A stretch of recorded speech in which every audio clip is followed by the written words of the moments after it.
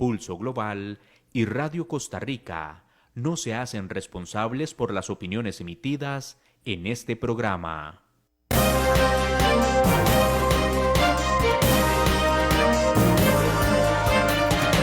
Pulso Global es un espacio que busca analizar los principales escenarios, fenómenos y acontecimientos en el panorama internacional, desde un análisis serio y académico, que busca generar insumos para que cada quien pueda construir su propio criterio.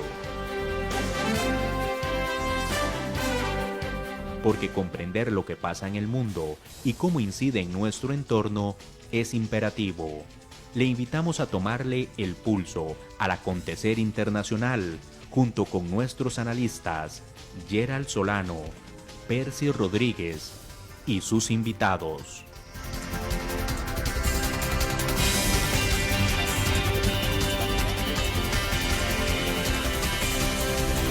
Bienvenidos.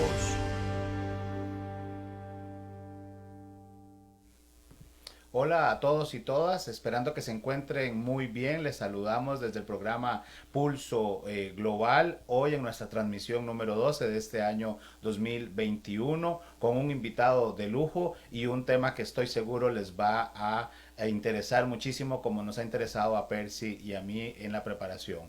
Les acompañamos como todos los jueves Gerald Solano y Percy Rodríguez. Hola Percy, ¿cómo estás? ¿Cómo va todo? Hola Gerald, pues encantado de estar con vos, con nuestro invitado. Hoy tenemos un referente internacional, sin duda que nos acompañará en unos minutos. Bienvenidos y bienvenidas a este programa en el cual estaremos conversando sobre el tema cambios en la integración europea, aprendizajes para América Latina. Sí es, gracias por seguir con nosotros en Pulso Global. Estamos transmitiendo en Facebook Live y por Radio Costa Rica 930 AM. Hoy con un invitado especial, como bien decía Percy, el doctor José Antonio Sanauja, a quien Percy nos introducirá para iniciar esta interesante conversación el día de hoy. El doctor José Antonio Sanauja Perales es sin duda uno de los referentes a nivel internacional y a nivel latinoamericano sobre el tema de las relaciones internacionales. Doctor en Ciencias Políticas por la Universidad Complutense y máster en Relaciones Internacionales por la Universidad para la Paz de Naciones Unidas. Es catedrático de la Escuela de Relaciones Internacionales de la Universidad Complutense de Madrid y profesor de la Escuela Diplomática. En la actualidad es director de la Fundación Carolina y asesor especial para América Latina y el Caribe del Alto Representante para la Política Exterior y de Seguridad de la Unión Europea. Además es vicepresidente de la Comisión Europea, Josep Borrell ad honorem. Ha sido investigador del Instituto Complutense de Estudios Internacionales y el Robert Schuman Fellow del Instituto Universitario Europeo de Florencia, investigador y consultor de la Comisión y el Parlamento Europeo y otras entidades, y miembro del patronato de Oxfam Intermon. Así que, Gerald, amigos y amigas, tenemos un invitado de lujo, un referente en las relaciones internacionales a nivel internacional. Lo hemos leído en nuestras clases, con nuestros estudiantes, con los que fueron nuestros en nuestra formación, y así que estamos pues muy orgullosos de poder conversar con él y presentarles al doctor José Antonio Sanauja Perales. Así es, doctor Sanauja, bienvenido al programa Pulso Global. Un abrazo hasta España y gracias por haber aceptado esta invitación. Pues muy buenas tardes desde Madrid, muy buenos días allí en Costa Rica. Bueno, la verdad es que para mí también es un placer y un privilegio estar hoy aquí, ¿no? Y poder tener esta conversación con ustedes, como internacionalistas, que todos somos, y también pues con el público, que de manera más amplia pues nos estará escuchando. Pues entremos, doctor, porque hay mucho que conversar, porque su más reciente artículo ha estado muy interesante y por supuesto que el contexto internacional del año 2020 ha sido definitivamente un freno para muchísimas de las actividades y un repensar de muchos de los retos que tenemos, ¿verdad? Hemos dicho que la pandemia ha sido un potencializador de los problemas que ya traíamos estructurales y algunos coyunturales, pero que definitivamente a poco más de esa declaratoria de pandemia por parte de la OMS, sería muy interesante poder entonces evaluar la reacción y la acción que tuvo la Unión Europea en este caso ante la pandemia, que como bien decíamos el tema de hoy es los cambios que ha sufrido la integración europea y qué podríamos aprender en América Latina. Entonces, ¿cómo evalúa usted esa reacción y esas acciones que desarrolló la Unión Europea ante la pandemia, doctor? Bueno, yo creo que requiere una evaluación mixta, ¿no? Quisiera evocar, en primer lugar, lo que fueron las primeras semanas, ¿no?, de esta pandemia que llegó a Europa de una manera repentina, aunque desde luego no porque no hubiera habido avisos antes. Quizás con una cierta combinación de arrogancia y de negligencia descuidamos, ¿no?, las informaciones que nos estaban llegando de Asia, ¿no?, y que nos indicaban que la cuestión era seria, que era un problema que había que atender, pero quizás pues pensamos que aquello era un lejano problema asiático y no le prestamos atención. Y las primeras semanas, la verdad es que fueron semanas de desorden, de actuación descoordinada, ¿no?, de cierres unilaterales y precipitados de fronteras, de decisiones apresuradas para la prohibición de la exportación de equipo sanitario de emergencia. Y además, incluso en esas primeras semanas, la Unión Europea pareció ser un actor político débil e impotente, ¿no? Vimos imágenes que no hubiéramos imaginado, ¿no?, como por ejemplo la llegada de equipos de descontaminación de la Federación Rusa al norte de Italia, y quisiera también recordar pues las declaraciones del presidente de Serbia, ¿no?, cuando recibió uno de los primeros cargamentos de mascarillas chinas diciendo que la solidaridad europea era una ilusión, ¿no? Esto en un país que es candidato a la adhesión, ¿no? Bueno, todo esto fueron las primeras semanas, desde luego no dejaron en buen lugar a la Unión Europea. Pero yo no quisiera, o desde luego no sería muy justo que esta imagen fuera la que quedase de la reacción de la Unión Europea. Y me gustaría decir dos cosas al respecto. La primera de ellas, hay que recordar que la Unión Europea lo es allá donde tiene competencias atribuidas. En otros ámbitos son los Estados miembros. Y la Unión Europea no tiene competencias en salud. Las políticas de salud son responsabilidad, son competencia de los Estados miembros. Por lo tanto, difícilmente podíamos esperar que la Unión Europea reaccionase donde no tenía capacidades porque los Estados miembros no se las habían atribuido. Esto por un lado. Luego podemos hablar un poquito después de esta Unión Europea de la Salud que se está empezando a constituir como aprendizaje de la pandemia y de esa primera actuación que ha sido la respuesta concertada en materia de vacunas. Pero lo que quisiera resaltar también es que allí donde la Unión Europea tenía competencias, la respuesta ha sido extraordinaria y ha puesto en valor la integración regional, ¿no?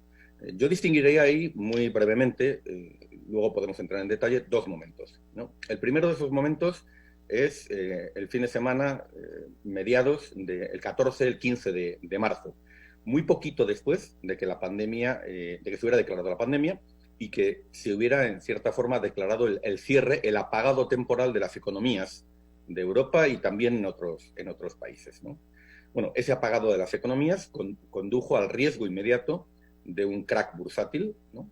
Y ahí hay que decir que el Banco Central Europeo, que es autónomo, ¿no?, que tiene autonomía, que tiene un estatuto que se la otorga, concertadamente con los principales bancos centrales del mundo, con la Fed, con el Banco de Inglaterra, con el Banco de Japón, arbitraron en muy pocas horas una respuesta concertada, coordinada, ¿no?, para sostener los mercados financieros, ¿no? Y en muy pocos días, por parte del Banco Central Europeo, se lanzó el programa de emergencia de compras pandémicas, ¿no?, el PEP, por sus siglas en inglés, ¿no?, con un total de 750.000 millones de euros para empezar, ¿no?, de compras de bonos, de activos en los mercados financieros, que se sumaban a las que ya se venían haciendo de manera regular a raíz de la crisis del euro de 2012. Es decir, que el Banco Central Europeo sacó el bazooka, ¿no?, como lo hicieron también, hay que decirlo, a la Fed, el Banco de Inglaterra, y esa actuación concertada, ¿no?, ha sostenido hasta fecha de hoy, ¿no?, todo el sistema financiero global en una situación de relativa estabilidad a pesar de lo que comporta esa crisis en términos económicos. Primer elemento. Muy poquitos días después, a finales de marzo, principios de abril, la Unión Europea arbitraba también una serie de mecanismos vía el Banco Europeo de Inversiones, la reorientación de la política de cohesión y sobre todo un mecanismo, el denominado SURE, ¿no?, que permite financiar a tipos de interés prácticamente cero y a largo plazo los programas de desempleo, de sostenimiento del empleo de los Estados miembros. Es decir, por ejemplo, en España tenemos un esquema denominado ERTE, ¿no?, y los ERTEs permiten que el Estado sufrague los salarios de empresas que han cerrado temporalmente para que estas empresas no se pierdan, para que ese empleo no se pierda y cuando la situación se normalice esas empresas puedan volver a actuar. Esto se ha financiado con un mecanismo europeo pidiendo prestado a los mercados financieros y hemos tenido también un programa de garantías y de préstamos del Banco Europeo de Inversiones muy amplio para sostener a las empresas y especialmente a las pequeñas y medianas empresas. Esto se hizo en abril, pero desde luego lo más importante, ¿no?, son los acuerdos de 21 de julio de 2020, ¿no? Unas negociaciones difíciles, complicadas, sin duda, pero que al final han permitido lanzar un paquete de rescate, de recuperación sin precedentes en la historia de la Unión Europea. No solamente hemos aprobado el presupuesto plurianual a 7 años, ¿no?, por cerca de 1 billón de euros, sino que le hemos sumado otros 750.000 millones de euros adicionales de lo que llamamos Next Generation, próxima generación, que es el programa de recuperación europeo. Y lo más importante de ese programa es que representa en la evolución de la integración europea un salto federal extraordinario, porque por primera vez hemos mutualizado deuda. Estos 750.000 millones de euros, la mitad se van a otorgar en préstamos a muy bajo tipo de interés y a muy largo plazo, en condiciones muy favorables a los Estados miembros, en función de su necesidad. La otra mitad van a ser transferencias, subvenciones, no reembolsables, ¿no?, a fondo perdido. Y este paquete lo vamos a financiar emitiendo deuda, ¿no?, común, deuda de todos los Estados miembros, ¿no?, emisiones a los mercados financieros, ¿no?, que van a aprovechar la calificación AAA mayúscula que tiene la Unión Europea. Y esto no tiene precedentes, insisto, es un momento federal, verdaderamente federal, porque todas las discusiones de los años anteriores sobre si eurobonos sí, eurobonos no, pues la pandemia, ¿no?, la situación excepcional que representó la pandemia, el shock que ha representado la pandemia, ha hecho que buena parte de ese debate quedara atrás y entonces hayamos dado ese paso importante en la emisión de deuda. Y el último apunte sobre esto, si me permiten, es que esta emisión de deuda se vincula al presupuesto y además, ¿no?, también está vinculada a nuevos impuestos comunes que la Unión Europea va a establecer para poder pagar esa deuda a futuro. Entonces estamos reforzando la fiscalidad común, no de los Estados miembros, sino la fiscalidad común de los Estados, de la Unión Europea como tal. Entonces la vinculación deuda, presupuesto y fiscalidad, impuestos europeos, este vínculo anuncia un tesoro común, anuncia desde luego o supone un paso en la integración europea de verdadera significación histórica. Estimado doctor Sanauja, estamos transmitiendo desde Radio Costa Rica y Facebook Live, Pulso Global. Es un honor tenerlo con nosotros. Pareciera que esta negociación del paquete, dice usted en su artículo, es una negociación probablemente la segunda, una de las negociaciones más largas, pero también fue una negociación difícil.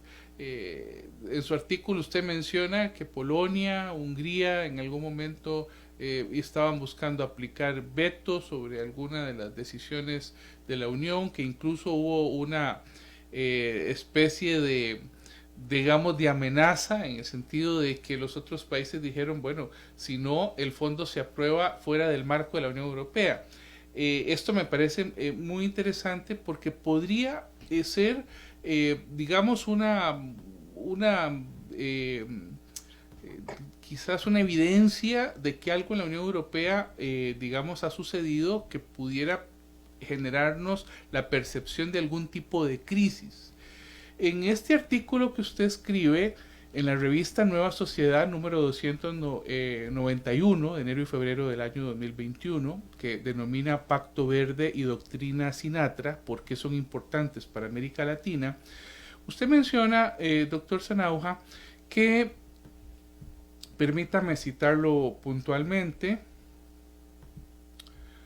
dice, desde la crisis financiera, la página 5, bueno, página 145, desde la crisis financiera global de 2008, sino antes, la UE enfrenta una serie de crisis, algunas de ellas de carácter existencial, que se inscriben a su vez en la más amplia crisis de la globalización y del orden liberal internacional. Después plantea también la crisis del euro, que ha revelado pues serias deficiencias en la construcción de la unión monetaria, y luego dice, agravó la desafección, el nacionalismo y el euroescepticismo. ¿Vive la Unión Europea una crisis? ¿Estaba en crisis la Unión Europea o la pandemia genera también detonantes? Esta es una pregunta de hondo calado y me gustaría responderla en dos momentos que tienen que ver con dos lapsos de tiempo distintos. Uno, el corto plazo, y otro, el más largo plazo. El corto plazo, comienzo por ahí, tiene que ver con la negociación misma de este paquete, porque efectivamente fue muy difícil. Y más allá de los días, las noches, las madrugadas en las que los líderes europeos estuvieron negociando muy duramente, ¿no?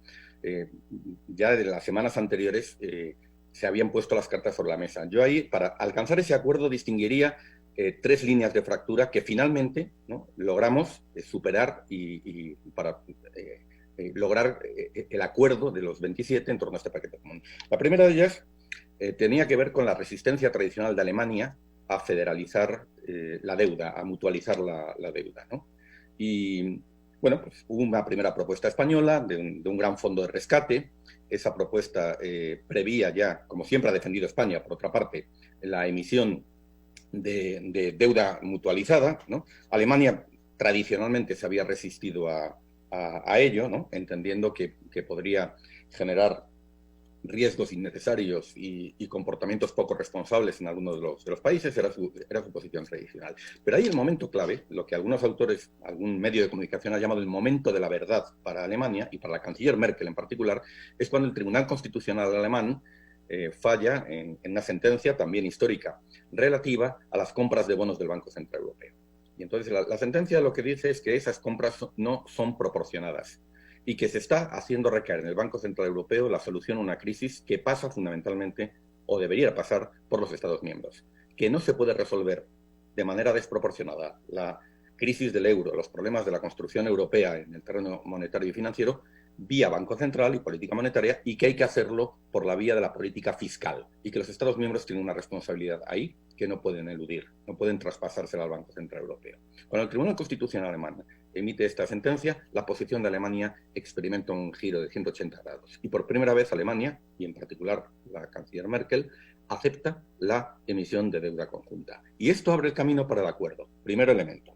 Segundo, tuvimos una línea de tensión en las negociaciones entre los países más ambiciosos, ¿no?, los países del sur de Europa, Alemania mismo, ¿no?, y los llamados frugales, aunque yo, mejor dicho, los llamaría los tacaños, ¿no?, los países que no querían, entendían que el fondo de recuperación iba a suponer una desigual distribución de costes y de beneficios. Lógicamente beneficiaría más a países que estaban sufriendo en mayor medida los efectos económicos y sociales de la pandemia. Y estos países, bueno, pues negociaron duro, lograron algunos ajustes, aunque en el artículo se menciona, esto quedó como tema menor respecto al tercero, que es el que usted ha mencionado. Y es que en el final del proceso se ha tratado de vincular, se planteó, o sea, la Unión Europea es una unión de valores, no es solamente un gran mercado. Tiene en el tratado una serie de valores democráticos, ¿no?, que son muy relevantes, y en particular la vigencia del Estado de Derecho. Tenemos un problema con gobiernos de ultraderecha en Europa Central, en concreto en Polonia y en Hungría, ¿no? Son gobiernos que están poniendo en cuestión la independencia del Poder Judicial, el equilibrio de poderes, ¿no?, que están cercenando libertades individuales, ¿no?, que están teniendo una deriva que nos preocupa. Y lo que la Unión Europea plantea es que el acceso y el disfrute de este fondo de recuperación tiene que estar vinculado a los principios que, según el tratado, nos unen, a los principios democráticos y al Estado de Derecho. Bueno, esto a estos países no les gustó, amenazaron con vetar, y la respuesta del resto, de la inmensa mayoría, fue decir, muy bien, mire, si ustedes no quieren firmar, porque para esto se requiere la unanimidad, entonces vamos a constituir el Fondo de Recuperación fuera de la estructura legal de la Unión Europea. Esto ya lo hemos hecho en otras ocasiones. Tenemos una especie de FMI europeo que se llama el Mecanismo Europeo de Estabilidad, y lo hicimos con un tratado separado, ¿no? Entonces, ante ese riesgo, estos países finalmente cedieron y tuvieron que asumir la condición. En esencia, hubo algunos ajustes, pero tuvieron que asumir en esencia la condicionalidad democrática que comporta el acceso al Fondo de Recuperación. Esto es el plazo corto. Estos son los meses que van desde, yo diría, desde mayo, abril, mayo a julio de 2020, que es cuando se produce la negociación del paquete de recuperación, de Next Generation y del presupuesto plurianual. Pero lo que usted ha señalado va mucho más allá, ¿no? Y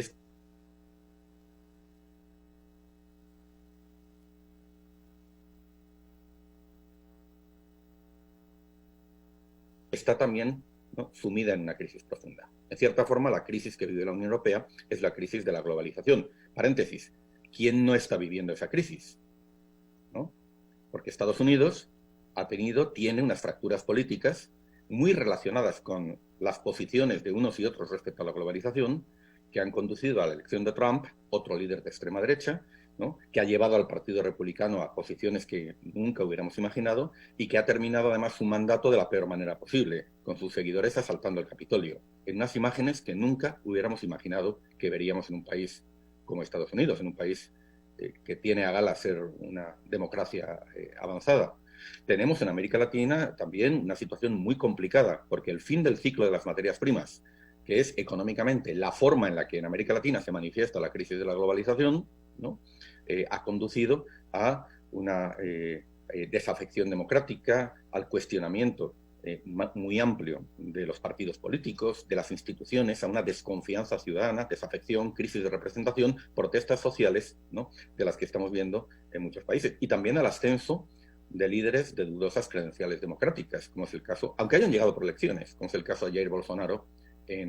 Incluso ustedes en Costa Rica han vivido a su manera particular esa crisis, porque ¿quién hubiera dicho que hubieran estado al borde en una elección, en unas elecciones en Costa Rica, de que pudiera llegar al poder un liderazgo, ¿no?, de un pastor evangélico radicalizado, muy ultraconservador, que si se parece en algo en términos de su familia política, se parece justamente a algunos de estos líderes ultranacionalistas, de ultraderecha, de derecha religiosa, que he mencionado anteriormente. Es decir, aunque se manifiesta de distinta manera en todas partes, estamos viendo esta crisis, ¿no? Y en la Unión Europea se ha dado, y se ha manifestado de varias maneras. Yo menciono en el artículo, sobre esto pues hemos hablado mucho, ¿no?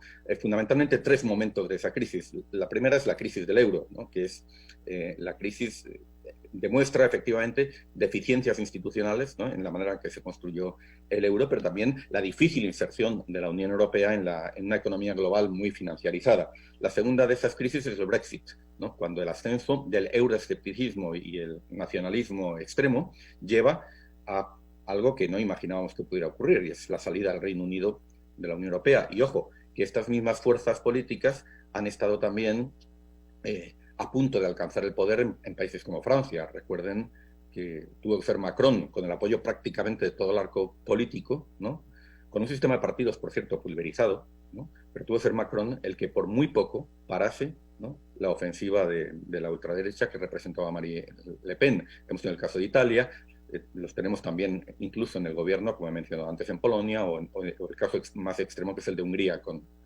Víctor Orbán, ¿no? Entonces, esa es una segunda crisis. Y otra tercera es la crisis de los refugiados sirios, que no es una crisis de refugiados. La Unión Europea tiene capacidad material, institucional de sobra para acoger ese flujo de refugiados, para prestarle la atención debida conforme a los estándares internacionales. Nuestras dificultades tuvieron que ver más bien, ¿no?, con la difícil gestión de la cuestión migratoria en un escenario político muy polarizado, en el que estas fuerzas ultranacionalistas y de extrema derecha han hecho de la migración uno de los ejes de sus campañas de movilización política. Y dado que la cuestión migratoria, de nuevo, también esto es importante para nuestros oyentes, la política migratoria es una competencia compartida entre la Unión Europea y los Estados miembros. y por su construcción intergubernamental cualquier decisión requiere de la unanimidad de los Estados miembros, ¿no? Que preservan así su soberanía. Por lo tanto, con estos países en esta actitud, la única política migratoria en la que nos hemos podido poner de acuerdo ha sido el endurecimiento de fronteras y la externalización de los controles fronterizos a países como Turquía. O sea, es más un problema de gobernanza europea que un problema de capacidades materiales. Y todas estas tres crisis, Brexit, refugiados sirios, crisis del euro, que son manifestaciones de los problemas existenciales de la Unión Europea en este contexto más amplio, ¿no? Habían llevado a la Unión Europea, efectivamente, ya antes de la pandemia, a una situación, digamos, a una coyuntura crítica ante la cual pues, era necesario dar respuestas muy transformadoras y dar respuestas de largo aliento. Interesante, doctor Sanauja. Y eso ahorita mientras usted hablaba recordaba la parte en el artículo donde usted cita a Jürgen Habermas hablando precisamente de la decisión de Alemania de esta mutualización, ¿verdad? De la deuda y de algunas decisiones que llevan a Merkel y a la centro derecha alemana a ¿verdad? Buscar la manera de profundizar más este proceso de integración europeo ante esa amenaza, ¿verdad? Del ascenso de la ultraderecha en el caso alemán, pero también de esas extremas izquierdas que hemos ido viendo en la Unión Europea. Pero quisiera entonces agregar en esa fórmula, ese análisis que usted nos hace, si cambia el escenario europeo con la llegada del presidente Joe Biden a los Estados Unidos, ¿verdad? ¿Cómo podría verse en ese juego de ajedrez o en ese rompecabezas que usted nos ha explicado el rol de los Estados Unidos con una nueva figura que apenas está acercándose a sus 100 primeros días de gestión? Yo, si me permite, profesor Solano, una pequeña observación respecto a esta cuestión. Me parece que el artículo de Habermas es un artículo muy importante porque nos da una clave que va más allá del acontecimiento al que se refiere, al cambio de posición, ¿no? Mencionaba el ascenso de extremas derechas y extremas izquierdas. Yo creo que aquí hay que ser muy cauto y que no se me malinterprete en términos de una posición ideológica o partidista. Soy académico, no la tengo. Pero, ¿dónde están las extremas izquierdas que representan una amenaza a la democracia en la Unión Europea? Sí, tuvimos un brote en Turquía con Syriza, ¿no? Pero en el resto de la Unión Europea el problema son, insisto, y me parece que es muy importante recordarlo, son las extremas derechas. Son fuerzas que, en realidad responden a tres clivajes ideológicos, ¿no? Y esto es importante para caracterizarlas. Uno es el clivaje izquierda-derecha, y están en la derecha, y además bastante extremo. En fin, las bases de datos que utilizamos los politólogos, ¿no? De Chapel Hill, Europe Elect, cuando hacen un mapeo, ¿no? Una cartografía de las posiciones políticas, identifican claramente a estos partidos. Algunos de ellos están en el poder, y otros en coaliciones, ¿no? Yo por el lado de la extrema izquierda, francamente, no veo en este momento una amenaza. Por lo tanto, no debemos caer en lo que me gustaría llamarlo así, y ahí tenemos algún historiador en esta sala virtual que nos lo puede comentar. Tendríamos que ser cautelosos y evitar caer en una suerte de síndrome de República de Weimar de los años 30, ¿no? Es decir, asumiendo que la posición académica es equidistante entre los extremos, ¿no? No darnos cuenta que el verdadero problema en los años 30, el verdadero problema vino de un lado, no vino tanto de otro, ¿no? Y ahora es incluso más acusado. Es decir, quienes hemos tenido gobernando y haciendo verdaderos destrozos a la democracia y al orden internacional liberal no vienen de ambos extremos, vienen de uno en particular. Entonces, yo creo que esto es importante, insisto, que no se me malinterprete, porque no es una posición partidista, sino que en términos de rigor académico y de interpretación correcta de los procesos históricos debemos verlo. Y Habermas nos llama la atención, y este punto sobre, claro, esto nos plantea un dilema, porque si realmente queremos defender la integración europea, queremos defender un sistema internacional basado en reglas, un sistema regional basado en reglas, y que sean las reglas de la democracia y el Estado de Derecho, claro, una de las preguntas clave es qué actitud adoptamos ante estos actores. Y hoy uno de los problemas que tenemos es que la derecha, el centro derecha, es decir, la derecha democrática, está profundamente dividida al respecto, ¿no?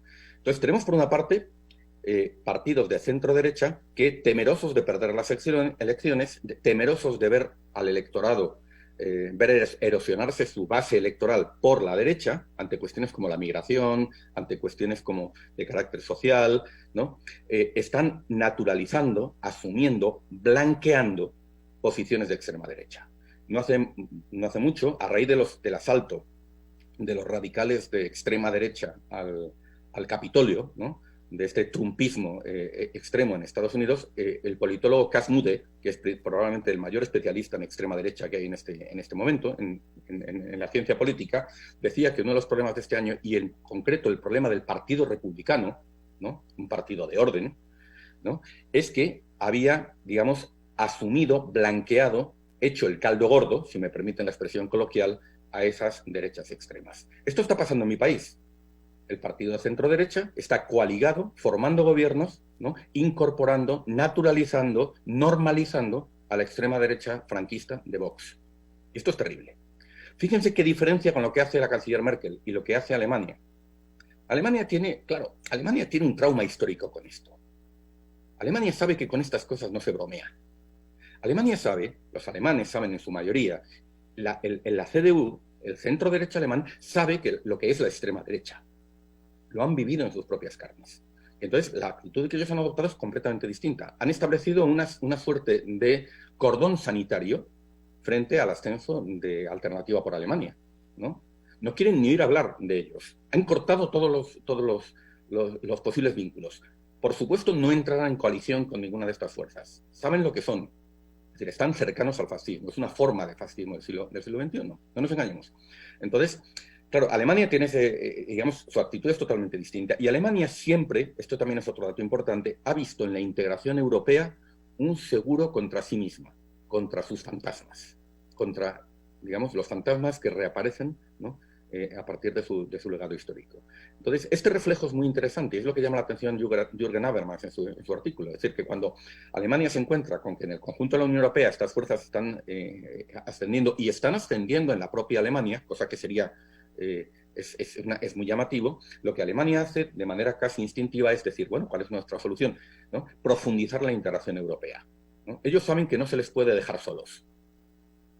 Ellos saben que su seguro de riesgo frente a una involución, ¿no? Es estar en las estructuras europeas.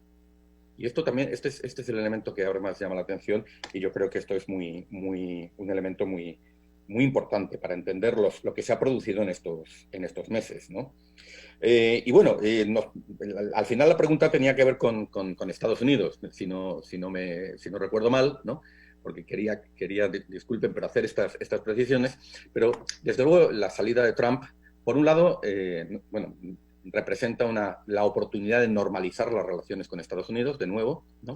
De restaurar el multilateralismo, en fin, yo creo que va a haber, hay una sintonía evidente entre lo que es la visión europea del mundo y la que tienen los demócratas, la que tiene Biden en este momento, y esto abre muchísimas oportunidades. Ahora, de nuevo, Trump ha salido derrotado en estas elecciones, pero con más votos de los que salió elegido en 2016.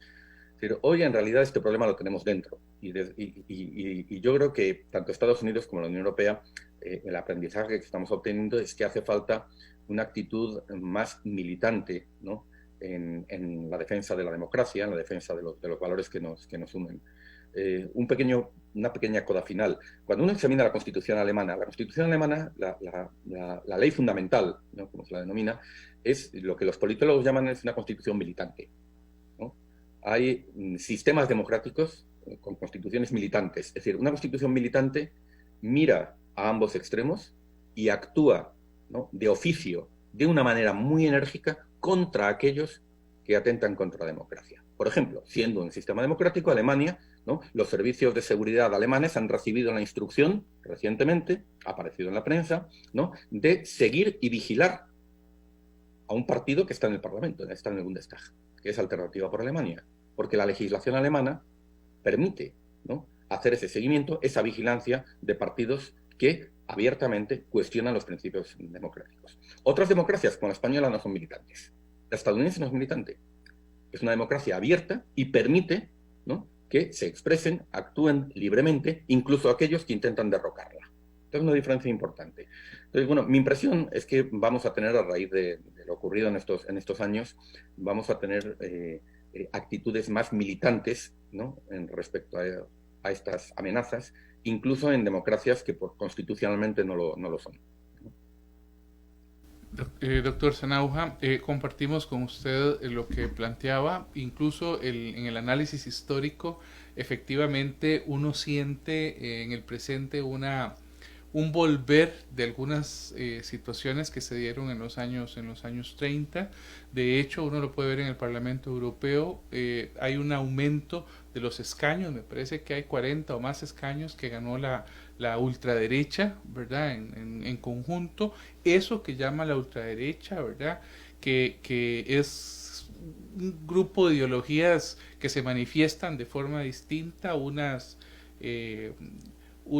como euroscépticos, otros conservadores, otros liberales, otros nacionalistas, proteccionistas, xenófonos, anticomunistas, pero al final, digamos, al igual que en los años 30, pareciera un tema de casta, ¿verdad? Vuelve ese discurso de la casta, esta vez el enemigo es el inmigrante, la causa de todos los males, el anti-islam ahora, ¿verdad? El tránsito, si se quiere, de antisistémicos en un mensaje desde afuera, ahora es desde adentro, ¿verdad? Y esas ideas se vuelven, pues, contra la inmigración, incluso contra la misma Unión Europea, ¿verdad? Han tomado el Parlamento, escaños en el Parlamento, y ahora combaten desde dentro, ¿verdad?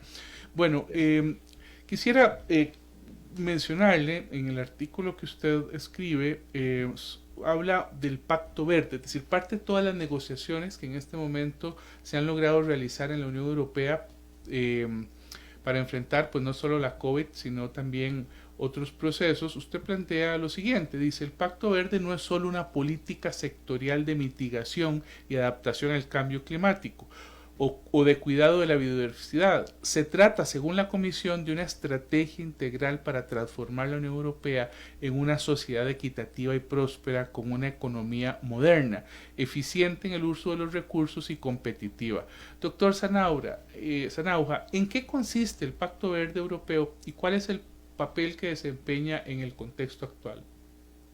Bueno, yo creo que el punto de partida es la asunción por parte de la Unión Europea de que entre los problemas de fondo, ¿no?, que explican estas crisis está el de un modelo económico y social, el de la globalización, que ya no es viable durante mucho más tiempo, ¿no? Y esto es algo que venimos arrastrando desde la crisis de 2008. En algún otro trabajo también he tenido oportunidad de hablar de esta crisis sistémica, que es la crisis de la globalización, que se manifiesta pues, en cuanto a los límites del modelo económico, de los límites ambientales, que yo creo que son muy evidentes, pero también los límites sociales y políticos, ¿no? Es decir, cómo al final lo que hay es una creciente desafección ciudadana y explica el surgimiento de estas fuerzas de extrema derecha en distintos lugares.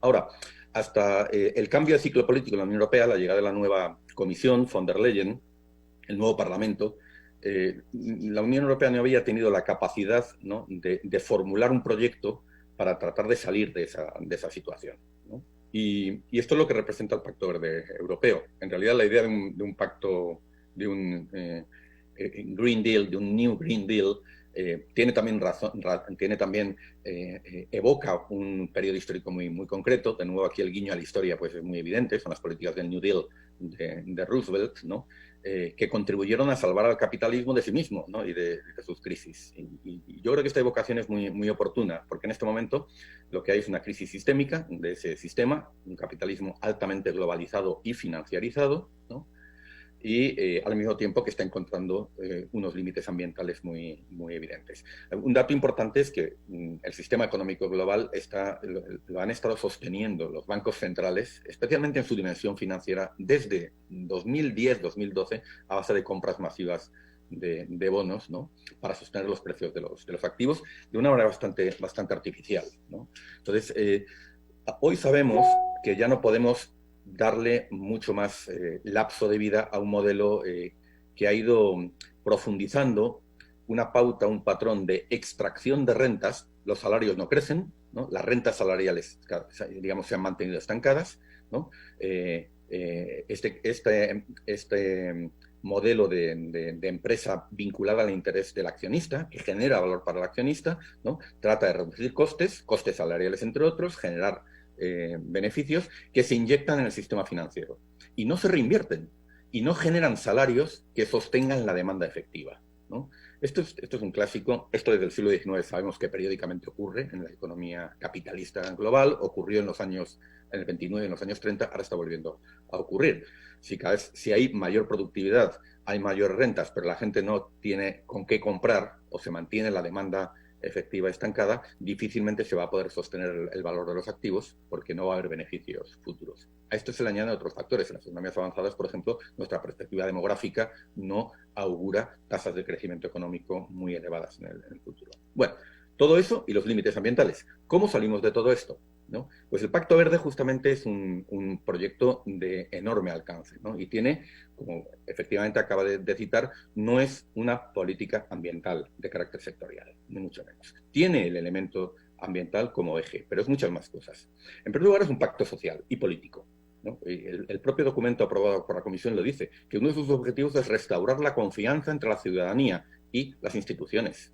Es decir, quiere reconstruir la legitimidad de los sistemas democráticos. Y para ello tiene que ofrecer soluciones a la gente y ofrecerle un futuro a la gente, un futuro laboral, un futuro económico, un futuro en cuanto a los derechos sociales. Por lo tanto, tiene una dimensión social extraordinariamente importante, ¿no? Por otra parte, y esto lo dice también el documento de una manera muy, muy explícita, se trata de desfinanciarizar la globalización. Es decir, de reorientar ese inmenso volumen de capital de ahorro, ¿no?, que está hoy en colocaciones puramente especulativas, de reorientarlo a la inversión y generar empleo, ¿no?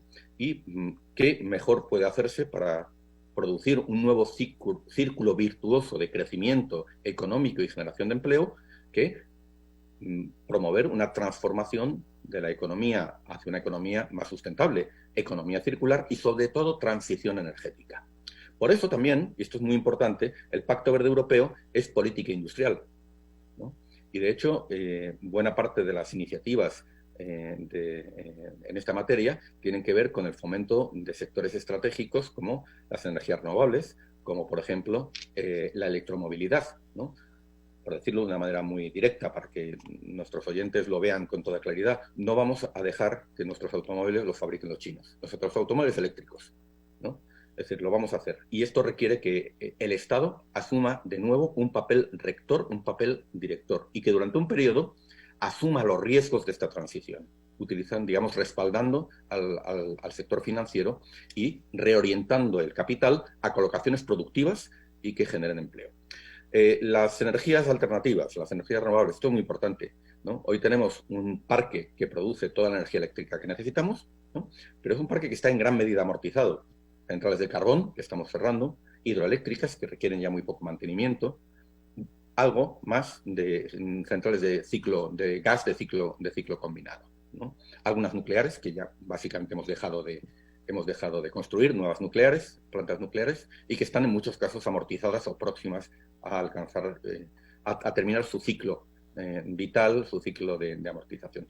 Entonces, lo que estamos tratando es de reorientar el capital, invertirlo en solar fotovoltaica, por ejemplo. Y la solar fotovoltaica tiene una característica, es altamente descentralizada y requiere es intensiva en empleo, ¿no? Y entonces, bueno, cambiar todo nuestro mix energético a los próximos 10, 15, 20 años va a generar crecimiento, va a reorientar la inversión a esos sectores, va a generar crecimiento económico y va a generar empleo. Y empleos, además, razonablemente pagados, ¿no?, que van a tirar del resto de la economía.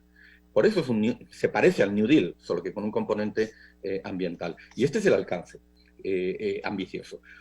También, un último dato, y no es menor, con el European Green Deal, la Unión Europea está lanzando también un doble mensaje, que es importante que se escuche en otras partes. Y yo creo que es un mensaje que puede ser útil en América Latina, si es que quieren tomarlo y adaptarlo a sus propias necesidades. El primero de ellos, ya hemos asumido que el ciclo de la globalización terminó.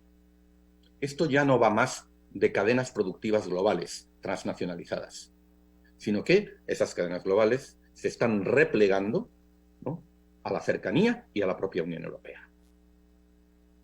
Pero Este es el significado de la política industrial, en parte, que estamos impulsando. Y segundo elemento, las regiones importan.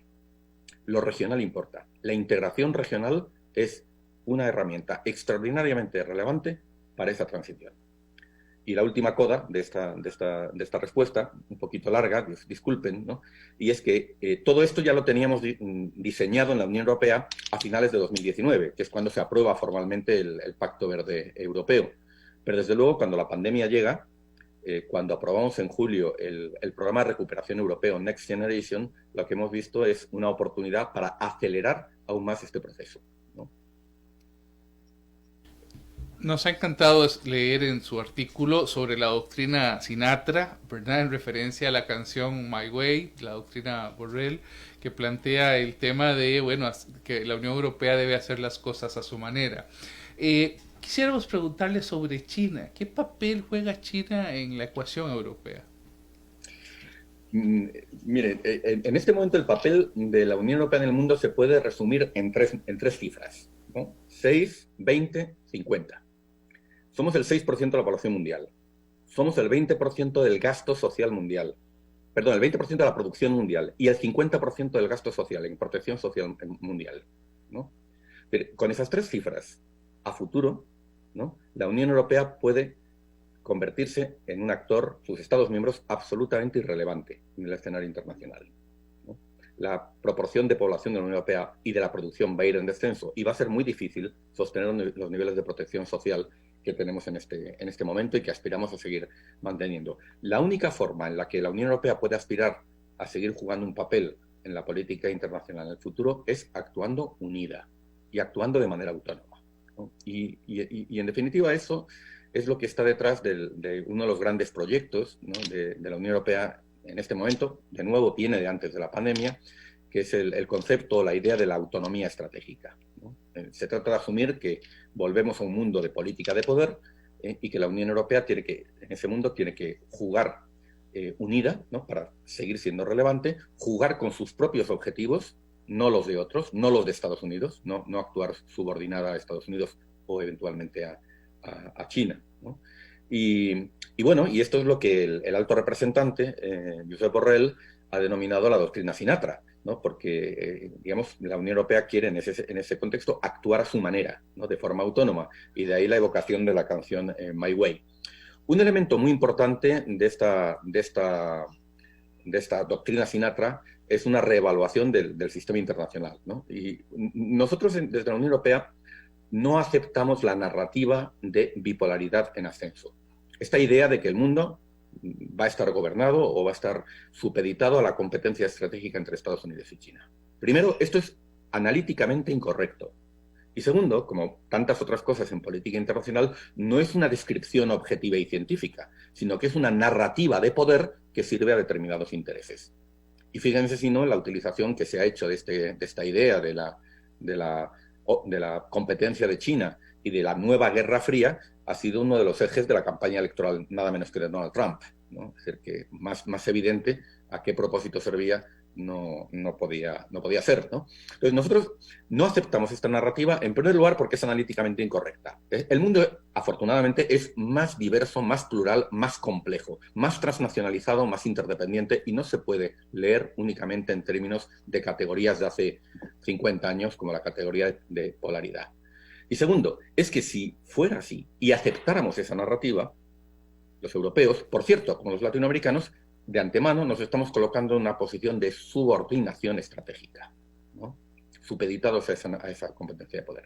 Por lo tanto, no tenemos que aceptarla porque es incorrecta y no tenemos que aceptarla porque nos coloca en posición subalterna. ¿Esto qué significa? Redefinir nuestras relaciones con China y con Estados Unidos. Por supuesto, con Estados Unidos, y más ahora con Biden, tenemos cercanía. Pero no quiere decir que actuemos a remolque, que hagamos bandwagoning, como se llama, ir en la caravana por detrás de los Estados Unidos, ¿no?, por utilizar un término clásico de las relaciones internacionales. Y significa también reevaluar nuestras relaciones con China, ¿no? Y de hecho, en la última estrategia hacia China que ha aprobado la Unión Europea en este año, ¿no?, se habla de China como un actor que es, por una parte, ¿no?, un rival sistémico, porque lo es, pero al mismo tiempo es también un socio estratégico.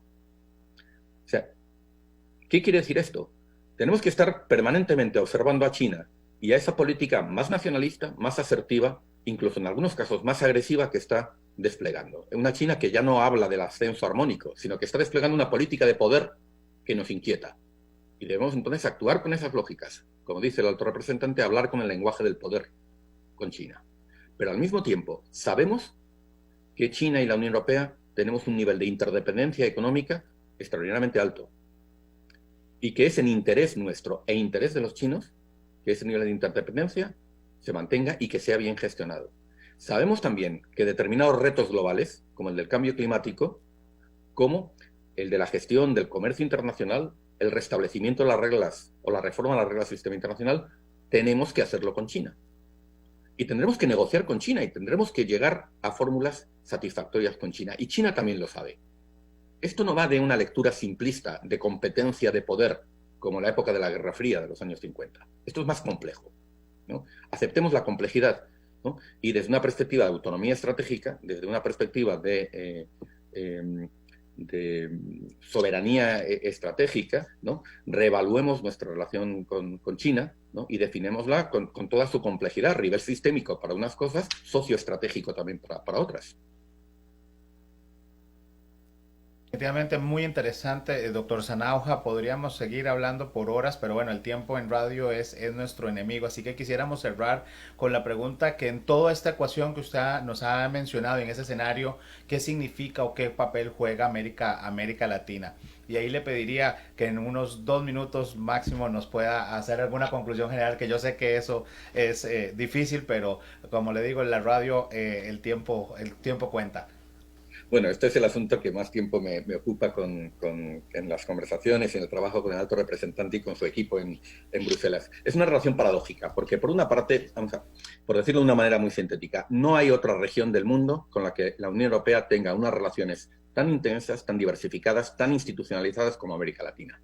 Tenemos una red de acuerdos de asociación que incluyen comercio, diálogo político, cooperación, como por ejemplo el Acuerdo de Unión Europea-Centroamérica, del que Costa Rica es parte, ¿no?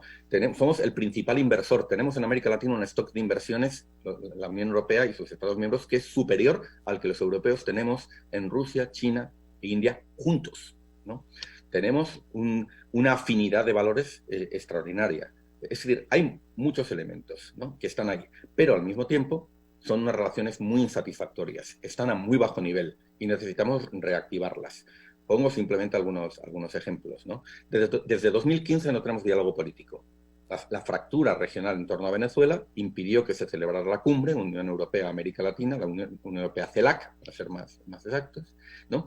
Y desde entonces no hemos tenido más que reuniones ministeriales de bajo rango. Hay que recuperar el diálogo político, porque hay muchas cosas de las que hablar y sobre las que negociar. Tenemos también una cooperación al desarrollo que se ha ido debilitando, porque en la Unión Europea sigue vigente, desafortunadamente, una visión muy tradicional de la cooperación, ¿no?, en la que solo se entiende que es ayuda a los más pobres. Y nosotros entendemos que la cooperación es una relación más horizontal entre iguales, que incluye intercambio, aprendizaje mutuo, ¿no?, cooperación para aprendizaje mutuo de políticas, cooperación para generar juntos bienes públicos regionales y globales, ¿no? Eso tampoco pues ha ayudado que no se haya asumido esa nueva narrativa de una cooperación avanzada. Y en el terreno comercial, ¿no?, estamos viendo pues que la región se inclina cada vez más hacia China, ¿no? Tiene cada vez mayores vínculos, y en el último lapso de varios años la Unión Europea ha ido perdiendo posiciones y también América Latina ha ido perdiendo posiciones en el comercio mutuo. Así que entendemos que hace falta, no hay que ser autocomplacientes, teniendo esas relaciones muy intensas, muy tupidas, muy institucionalizadas, hay que darle un enorme impulso a esas relaciones en estos próximos años. Definitivamente muy interesante, doctor. Tendremos que tener otro encuentro de este tipo para profundizar más y escucharlo, que siempre es un gusto y se aprende muchísimo. Muchas gracias por haber estado en el programa Pulso Global. Muchas gracias, doctor. Muy amable. Muchísimas gracias a ustedes, a los oyentes. Ha sido un placer. Un abrazo hasta España.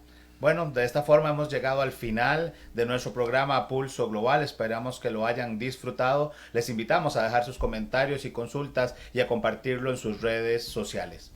Agradecemos a nuestros patrocinadores, Inred Consulting, Gráfica Creativa, Editorial Iscandé, por su apoyo para que este espacio sea una realidad. También a Marcela Alán en la difusión de redes sociales, a Andy Torres en controles y por supuesto a Gabriela Navarro en la producción y a todo el equipo técnico. Muy buenas noches. Nos vemos.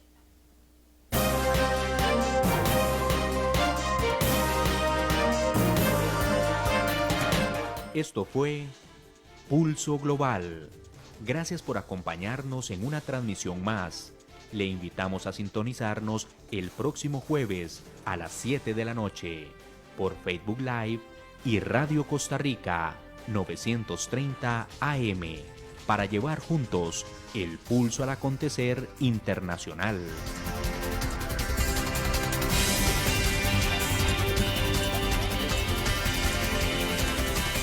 Buenas noches.